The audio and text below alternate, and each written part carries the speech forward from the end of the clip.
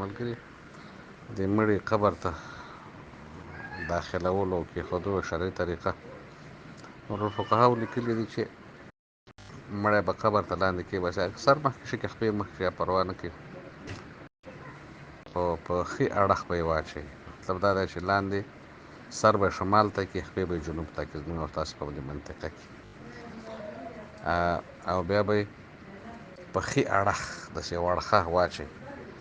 دا به د شاته د له حده د شاته دیوال ته به یې استنبه کړي چې داسې ونه ولېږي، هلته سیده راشي او مخې قبلې ته شي. دغه یې طریقه ده. ښه، بسم الله وعلى ملت رسول الله، دا به ووایي چې د الله او د رسول شروع کوم په نامه د الله، د الله د نبي اسلام په ملت مې کېښودې په دې قبر کې.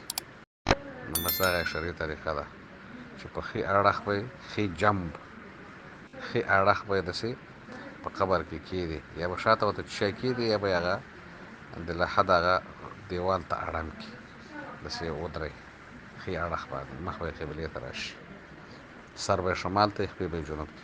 ملګری وایي چې مونږ تر اوسه پورې چې مړي ایښي دي په قبر کې، داسې ستوني ستا هغه مېښې دي، صرف مخه مو ورته اړولې قبلې خوا ته. داسې مونږ کله هم نه دي کړي چې په ښي طرف یې واچوو، د ښي اړخ باندې یې داسې څملو او مخ یې داسې قبلې ته کړي، سینه یې هم قبلې ته شي، او تا بیا بله ورځ مسله وکړه چې داسې ده طریقه یې. وروره بهتره او افضل دغه طریقه ده چې کومه ما درته ویلي دي مخکې، چې په ښي اړخ به یې واچوئ، لاندې طرف به یې ښي اړخ شي، د چپ اړخ به یې پاس جګ شي پورته، او مخ او سینه دا ټول به یې قبلې خوا ته شي. ښه، سر به یې جنوب ته او خپې به یې شمال ته، سر به یې شمال ته، خپې به یې جنوب ته. دا یې افضله طریقه ده، او دا هم جایز دی چې ستوري ستا هغې واچوئ، صرف مخ یې واړئ، خو لیکن افضله او بهتره طریقه دغه ده چې کومه ما درته ویلې وه.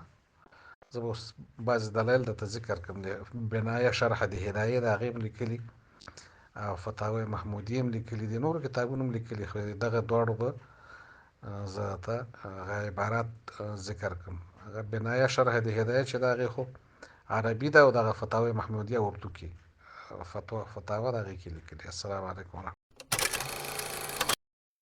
ملګرو په دې هیله چې ټول به روغ او جوړ اوسئ. تاسو هم کولی شئ چې خپلې دیني پوښتنې د ویډیو په کمنټ کې راولېږئ تر څو مفتي صاحب درته ځواب کړي.